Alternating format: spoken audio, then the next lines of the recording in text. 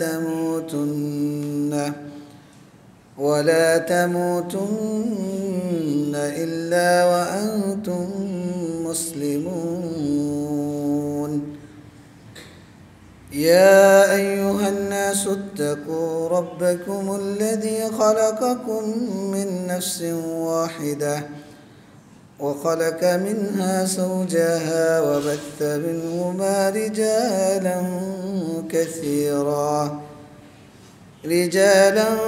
كثيرا ونساء واتقوا الله الذي تساءلون به والأرحام إن الله كان عليكم رقيبا يا أيها الذين آمنوا اتقوا الله وقولوا قولا سديدا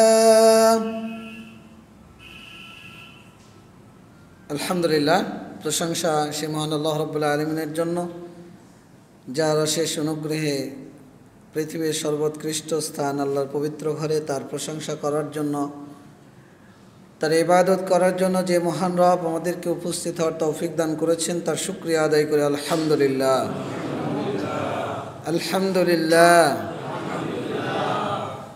দরুদ ও সালাম বর্ষিত হোক বিশ্ব মানবতার মুক্তির দূত যার আগমনে বিশ্ব থেকে বিদায় নিয়েছিল অন্যায় অত্যাচার জুলুম ব্যভিচার যার আদর্শ বাস্তবায়ন করার জন্য আমাদের এই প্রচেষ্টা মুহাম্মদুর রাসূলুল্লাহ সাল্লাল্লাহু আলাইহি ওয়াসাল্লাম।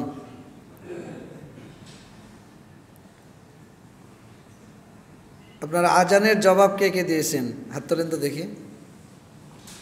আজানের জবাব, দোয়া না। রাসূলুল্লাহ সাল্লাল্লাহু আলাইহি ওয়াসাল্লাম বলেছেন যে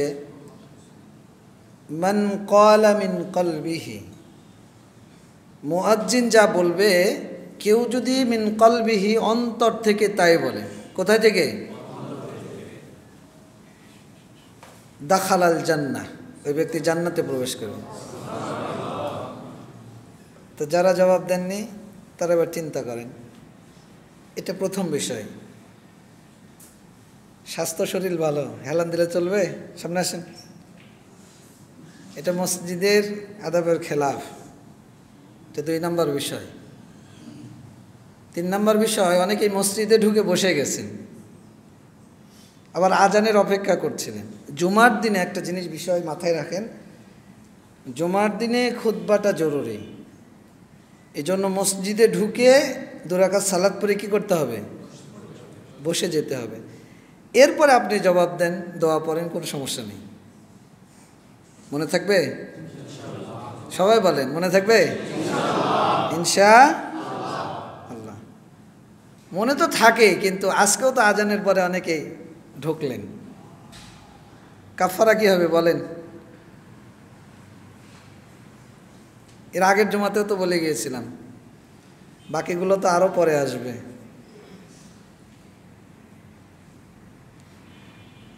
আপনার আমার আচরণ, কার্যকলাপ, এটাই প্রকৃত দিন। আপনার আমার যে চারিত্রিক গুণাবলী, ভালো এবং মন্দ, ভালো হলে তো আলহামদুলিল্লাহ, আর মন্দ হলে কি বলেন? নাউজুবিল্লাহ, আউজুবিল্লাহ, আল্লাহর কাছে পানাহ চাই। আল্লাহ রাব্বুল আলামিন পৃথিবীতে যত প্রাণী সৃষ্টি করেছেন, কয়টা প্রাণী? একটা দুইটা? অসংখ্য বলতে কত? অগণিত। তাও বিজ্ঞান একটা হিসাব কষে যে এত মাখলুকাত পৃথিবীতে আছে, কিন্তু এর বাহিরেও তো আরও আছে। আল্লাহ রাব্বুল আলামিন পৃথিবীতে যত মাখলুকাত আছে, একটা দুইটা না, গরু, ছাগল, মহিষ, ভেড়া, শ্রীগাল, কচ্ছপ, মাছ, খরগোশ, বাঘ, ভাল্লুক, কুকুর আছে না নাই? এক একটা প্রাণীর এক এক রকম বৈশিষ্ট্য। তা আল্লাহ রাব্বুল আলামিন আদম সন্তানকে এত সম্মানিত করেছেন যে সমস্ত প্রাণী থেকে আল্লাহ রাব্বুল আলামিন মানুষকে আলাদা করে তাকে সম্মানিত করেছেন।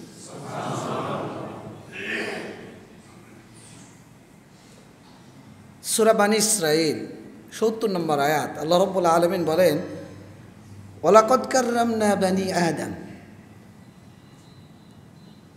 আমরা আদম সন্তানকে সম্মানিত করেছি। ওয়া হামালনাহুম ফিল বাররি ওয়াল বাহরি, জমিনে, স্থলে এবং জলে তাদের আরোহণের ব্যবস্থা করেছে। ওয়া রাযাকনাহুম মিনাত তাইয়্যিবাত, এবং পবিত্র রিজিক তাদের জন্য ব্যবস্থা করেছে। ওয়া ফাদ্দালনাহুম আলা কাসীরিম মিম্মান খালাকনা তাফদীলা। আবারও আল্লাহ বলছেন যে পৃথিবীতে যত সৃষ্টি আল্লাহ করেছেন, অনেক সৃষ্টি আল্লাহ করেছেন, সমস্ত সৃষ্টি থেকে আল্লাহ রাব্বুল আলামিন মানব জাতিকে আলাদা করে সম্মানিত করেছেন। সেটা কিভাবে? মুফাসসিরগণ বলছেন, আই বিন নুতুক ওয়াত তাময়িজ ওয়াল আকল ওয়াস সূরা, কথা বলার যোগ্যতা দিয়েছেন। আল আকল, আল্লাহ বুদ্ধি দিয়েছেন। আত-তাময়িজ, ভালো মন্দের পার্থক্যের জ্ঞান দিয়েছেন। আস-সূরা, এত সুন্দর চেহারা, এত সুন্দর গঠন। ফি আহসানি তাকবীম। ওয়াত-তাসাল্লুতি আলা মা ফিল আরদি ওয়াত-তামাত্তুই বিহি, পৃথিবীতে যত প্রাণী আছে এদের উপর আধিপত্য। আমরা বলি না সাম্রাজ্যবাদী, কাদেরকে বলি? আমেরিকাকে।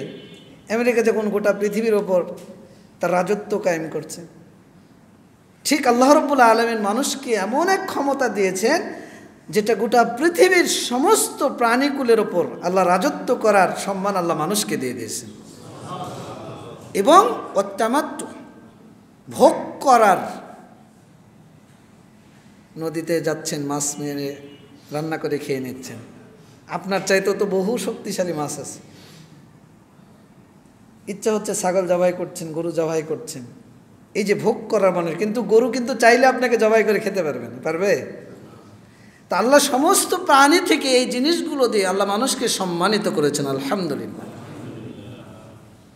তার মানে বোঝা যাচ্ছে যে সমস্ত সৃষ্টির মধ্যে শ্রেষ্ঠ কারা? কারা? মানুষ। আর মানুষের মধ্যে শ্রেষ্ঠ কারা বলেন তো? আরে নবী রাসূলের যুগ তো নাই এখন, আমরা কারা? আমাদের মধ্যে কারা? হ্যাঁ, মুমিন। রাসূলুল্লাহ সাল্লাল্লাহু আলাইহি ওয়াসাল্লাম বলছেন যে আলা উনাব্বিউকুম বিখিয়ারিকুম, আমি কি তোমাদেরকে সংবাদ দেব না যে তোমাদের মধ্যে সর্বোত্তম মানুষ কারা? সমস্ত সৃষ্টি থেকে আল্লাহ মানুষকে আলাদা করলেন, সম্মানিত করলেন। আর এই শ্রেষ্ঠ সম্মানিত মানুষদের মধ্যে থেকে সম্মানিত কারা, সর্বশ্রেষ্ঠ কারা? তা আল্লাহ রাসূল বলছেন আলা উনাব্বিউকুম বিখিয়ারিকুম, আমি কি তোমাদেরকে বলে দেব না যে তোমাদের মধ্যে সম্মানিত কারা? তারা কারা? আল্লাহ রাসূল বলছেন আহসানুকুম আখলাকা, চরিত্র যাদের ভালো, সর্বোত্তম চরিত্রের অধিকারী তোমাদের মধ্যে যারা, তারাই হলো সর্বোত্তম মানুষ। সুবহানাল্লাহ পড়বেন না?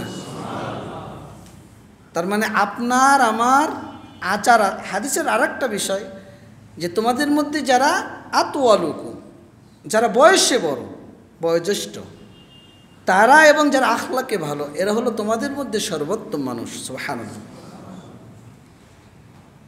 তার মানে আচরণ যদি আপনার ভালো হয় আপনি হলেন শ্রেষ্ঠ মানুষ, আখলাক যদি আপনার সুন্দর হয় আপনি হলেন শ্রেষ্ঠ মানুষ।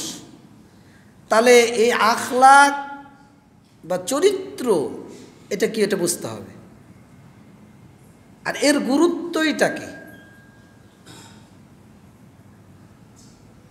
রাসূলুল্লাহ সাল্লাল্লাহু আলাইহি ওয়াসাল্লাম বলছেন যে ইন্না মিন আহাব্বিকুম ইলাইয়া আমার নিকট সবচাইতে উত্তম মানুষ তোমাদের মধ্যে তারা কারা? আহসানাকুম আখলাকা, তোমাদের মধ্যে সর্বোত্তম চরিত্রের অধিকারী যারা, তারাই আমার নিকট সর্বোত্তম মানুষ। কার নিকট? আল্লাহ এবং তার রাসূলের নিকট। তো আল্লাহ এবং রাসূলের নিকট যদি আপনি উত্তম মানুষ বিবেচিত না হন, বলেন তো আপনার শাফাত হবে? শাফাত করবেন কে? আপনার সম্পর্কে যদি আমার ভালো ধারণা না থাকে, আপনি যদি আমাকে বলেন যে আমার জন্য একটু সুপারিশ করে দেন তো, বেড়া হাই স্কুলে একজন টিচার নেবে, তা আমি জানি আপনি বাটপার, চোর, নেশাখোর, ধর্ষক, কথার কথা বলেন, এখন কি আমি আপনার জন্য সুপারিশ করব? করব না। তো আপনার চরিত্র যদি রাসূলের কাছে উত্তম না হয়, আপনার আচার আচরণ দিয়ে যদি আপনি রাসূলের কাছে উত্তম চরিত্র অধিকারী চরিত্রবান মানুষ নিজেকে প্রমাণ করতে না পারেন, তাহলে নবী করিম সাল্লাল্লাহু আলাইহি সাল্লাম আপনার জন্য আমার জন্য সুপারিশ করবে না। হাদিসটি এসেছে সহিহ বুখারীর 3760 নম্বর। রাসূলুল্লাহ সাল্লাল্লাহু আলাইহি সাল্লাম বলছেন যে মা খায়রু মা উতিয়াল ইনসান, মানুষকে সবচেয়ে উত্তম জিনিস যেটা দেওয়া হয়েছে সেটা কি? আল খুলুকুল হাসান, উত্তম আচরণ, উত্তম আখলাক। রাসূলুল্লাহ সাল্লাল্লাহু আলাইহি সাল্লাম বলছেন কিয়ামতের ময়দান আপনার আমলনামা আমার আমলনামা ওজন করা হবে দাড়িপাল্লায়, আর এই দাড়িপাল্লায় সবচাইতে যে জিনিসটা ভারী হবে, ইন্না আসকালা শাইইন ইউদাউ ফি মিজানিল ইয়াউম মুমিন ইয়াউমাল কিয়ামাহ, আল্লাহ রাসূল বলছেন কিয়ামতের ময়দানে মুমিনের মিজাব দাড়িপাল্লায় সবচাইতে যেটা ভারী হবে সেটার নাম কি? আল খুলুকুল হাসান, উত্তম আচরণ, উত্তম চরিত্র। রাসূলুল্লাহ সাল্লাল্লাহু আলাইহি সাল্লাম বলছেন এটা এমন একটি গুণ, এর ফজিলত এমন, যে ব্যক্তি এটা ধারণ করে, একজন ব্যক্তি সিয়াম পালন করে যত মর্যাদা আল্লাহর কাছে হাসিল করে, সিয়াম এমন একটা আমল লা আদলা লাহু, আল্লাহ রাসূল বলছেন এর তুলনা নেই। পৃথিবীতে যত ইবাদত আল্লাহ আমাদের জন্য নির্ধারণ করেছেন, একমাত্র ইবাদত সেটার নাম হলো সিয়াম। আস-সাওমু লি, সিয়াম কার জন্য? কুল্লু আমাল ইবনে আদম লাহু, হাদিসে কুদসি আল্লাহ রাসূল বলছেন আদম সন্তান যা কিছু করে নিজের জন্য করে, কিন্তু সিয়াম কার জন্য করে? আল্লাহর জন্য। তো আল্লাহ রাসূল বলছেন যে একজন ব্যক্তি দিনের বেলা সিয়াম পালন করে যত মর্যাদা, আল্লাহর কাছে যত ফজিলত অর্জন করে, আল্লাহর কাছে যত মর্যাদাবান তাকওয়াশীল হিসেবে পরিচিতি লাভ করে, একজন ব্যক্তি তাহাজ্জুদ আদায় করে যত মর্যাদা লাভ করে, ঠিক একজন চরিত্রবান ব্যক্তি সমপর্যায়ের আল্লাহর কাছে। রাসূলুল্লাহ সাল্লাল্লাহু আলাইহি সাল্লাম বলছেন আলা উখবিরুকুম বিমান ইয়াহরুমুন নার আলান নার ওয়া বিমান তাহরুমুন নার আলাইহি, আমি কি তোমাদেরকে সংবাদ দেব না যে আল্লাহ যার উপর জাহান্নামের আগুন হারাম করেছেন, জাহান্নামের আগুনও তার জন্য হারাম, জাহান্নামের আগুন তাকে স্পর্শ করবে না। আমি কি এমন ব্যক্তি সম্পর্কে তোমাদেরকে সংবাদ দেব না? তারা কারা? সাহাবীরা বলছেন যে আল্লাহ রাসূল বলেন তারা। আল্লাহ রাসূল বললেন আলা কুল্লি হাইয়িনিন লাইয়িনিন করিবিন সাহলিন, যারা সহজ সরল, নরম প্রকৃতির, স্বভাব ভালো, যারা মানুষের নিকটতম, মানুষের পাশে দাঁড়ায়, মানুষের সাথে থাকে, মানুষকে সহযোগিতা করে, মানুষকে কঠিনতার মধ্যে ফেলে দেয় না, যারা মানুষের জন্য কঠিন কোনো মুহূর্ত তৈরি করে না, যারা মানুষের নিকটবর্তী হয়, এই মানুষদের জন্য আল্লাহ জাহান্নামকেও হারাম করেছেন, জাহান্নামের আগুনও তাদের জন্য হারাম হয়ে গেছে। আলা কুল্লি হাইয়িনিন লাইয়িনিন করিবিন সাহলিন। তাহলে এবার চিন্তা করেন তো, আপনার আচরণ নিয়ে, আপনার আখলাক নিয়ে, আপনি মানুষের সাথে কোন ধরনের ব্যবহার করেন,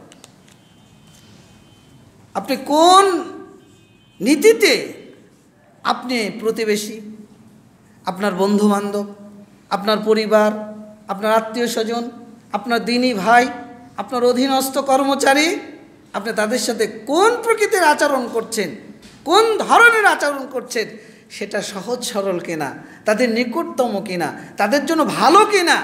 যদি হয় তাহলে জান্নাত আপনার জন্য, জাহান্নাম আপনার জন্য হারাম, জাহান্নামের আগুনও হারাম। রাসূলুল্লাহ সাল্লাল্লাহু আলাইহি সাল্লাম বলছেন যে আমর ইবনে আবাস আস-সুলামি, বিখ্যাত সাহাবী, তিনি আল্লাহ রসুলকে প্রশ্ন করলেন যে আতাইতু রাসূলুল্লাহ সাল্লাল্লাহু আলাইহি সাল্লাম ফাকুলতু ইয়া রাসূলুল্লাহ, আমি আল্লাহ রসুলের কাছে আসলাম, আল্লাহ রসুলকে বললাম যে আইয়ুল ঈমানি আফদাল, আল্লাহ রসুল সবচেয়ে উত্তম ঈমান কি,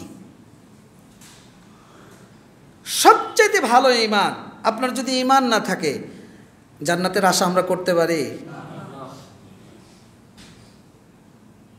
জান্নাতের চাহিদা রাখতে পারি?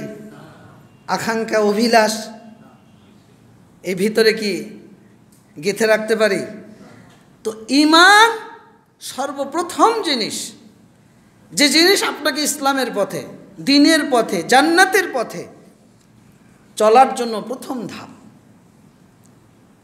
তো আমর ইবনে আবাস আস-সুলামি আল্লাহ রসুলকে প্রশ্ন করলেন আইয়ুল ঈমানি আফদাল, সবচেয়ে ভালো ঈমান কি, সর্বোত্তম ঈমান কি?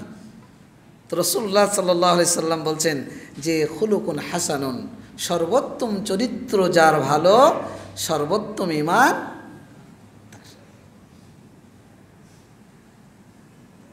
আচার আচরণ, আখলাক ইসলামে খুবই গুরুত্বপূর্ণ একটি বিষয়।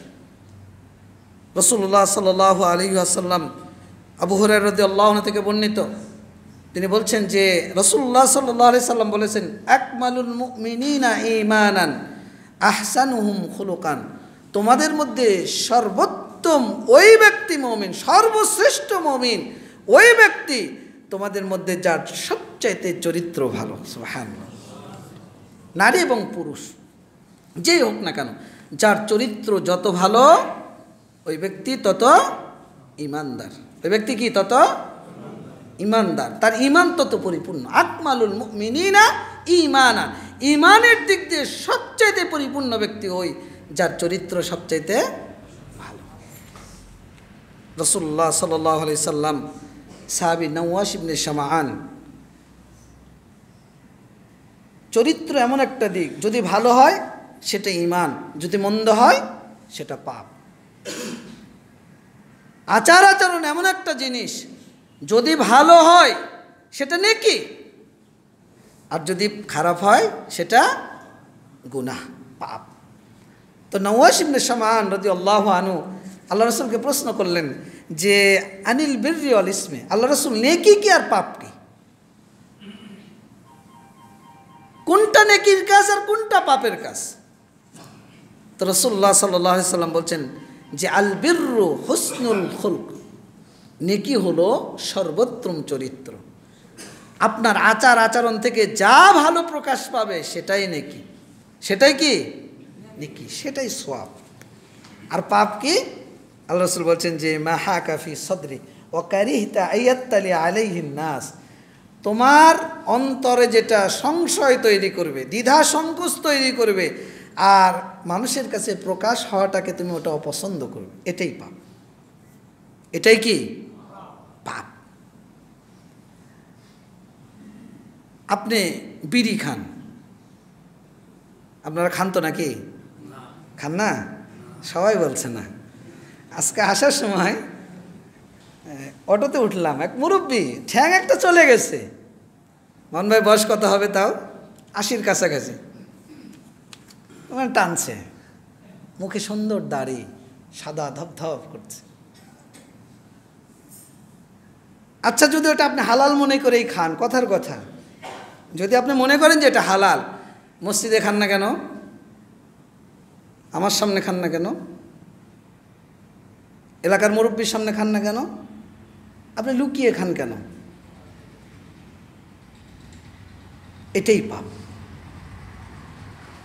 মোবাইলে ভিডিও দেখেন না, রিলস, শর্ট ভিডিও, ফেসবুক যখন চালান, আপনি যখন রাতের অন্ধকারে দেখেন তখন একা একা ভালো লাগে, অনেক মজা লাগে। কিন্তু ওটাকে আপনি মসজিদে দেখবেন? ওটাকে আমার সামনে দেখবেন?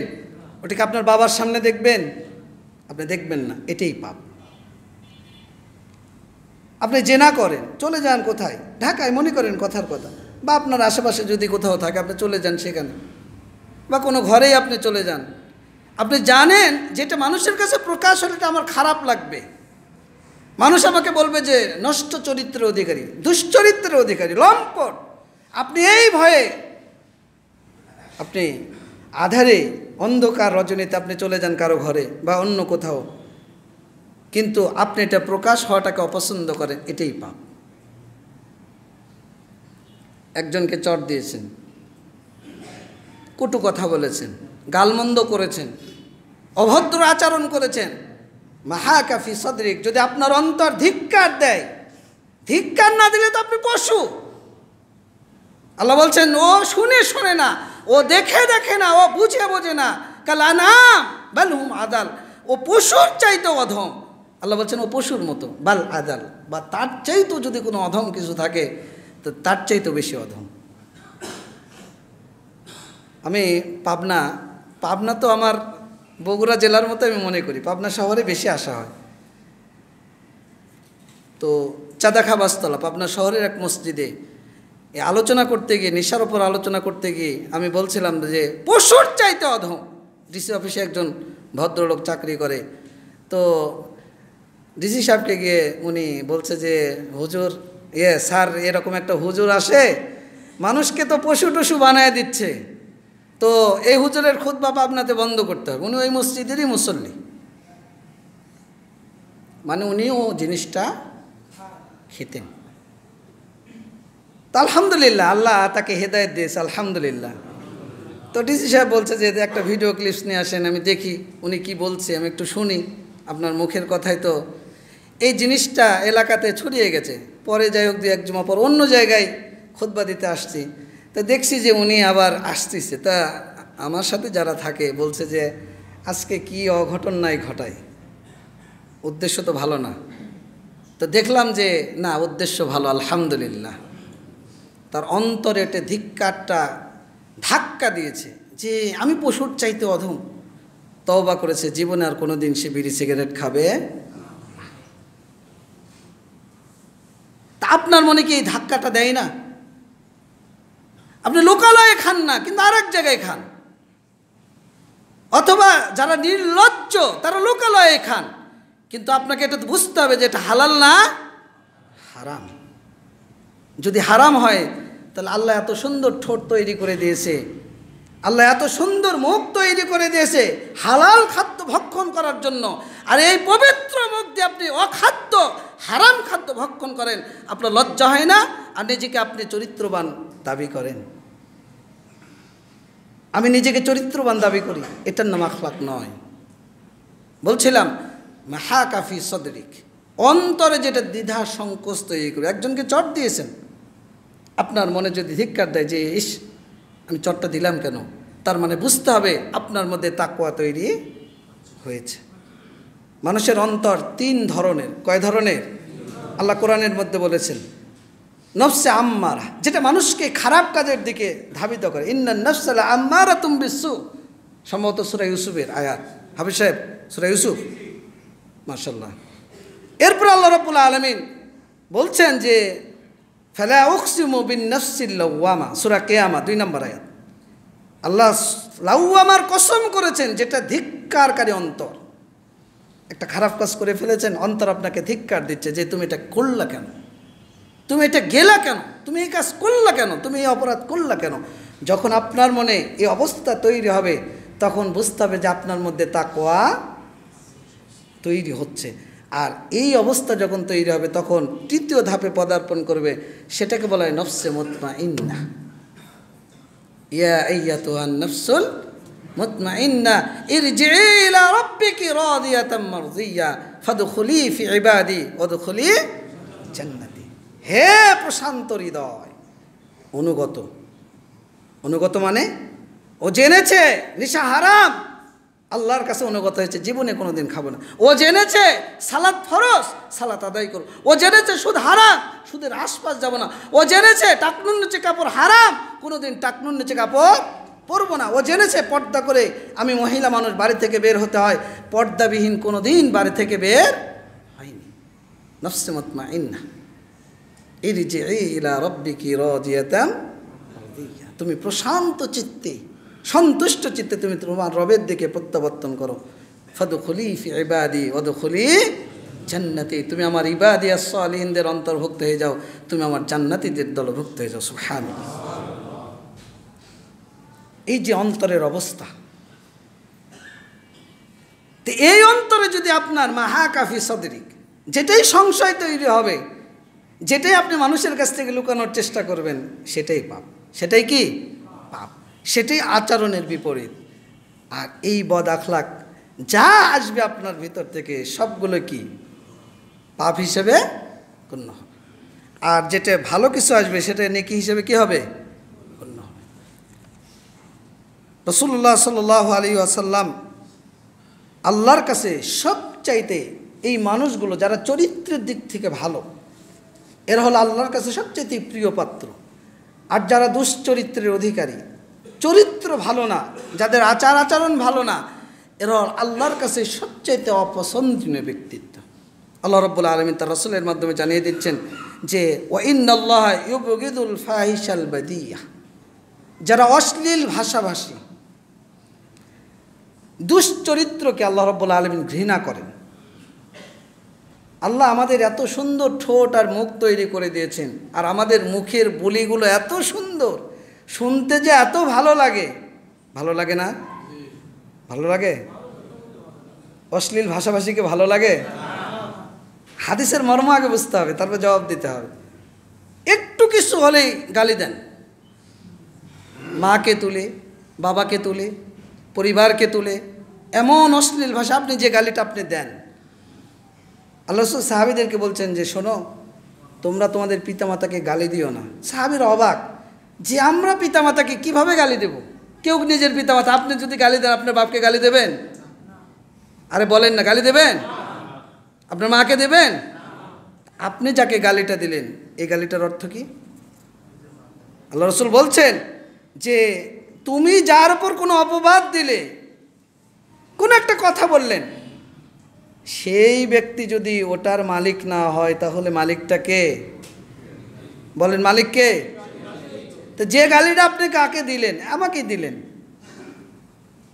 যে গালিগুলো সচরাচর আমাদের সমাজে আমরা দিই, তো ওই গালির যদি মালিক আমি না হই, আপনি আমাকে একটা গালি দিলেন, আমাকে জারজ বানিয়ে দিলেন, বা আমি আপনাকে বানিয়ে দিলাম, আপনি জারজ না, আমি না, তাহলে জারজটা কে?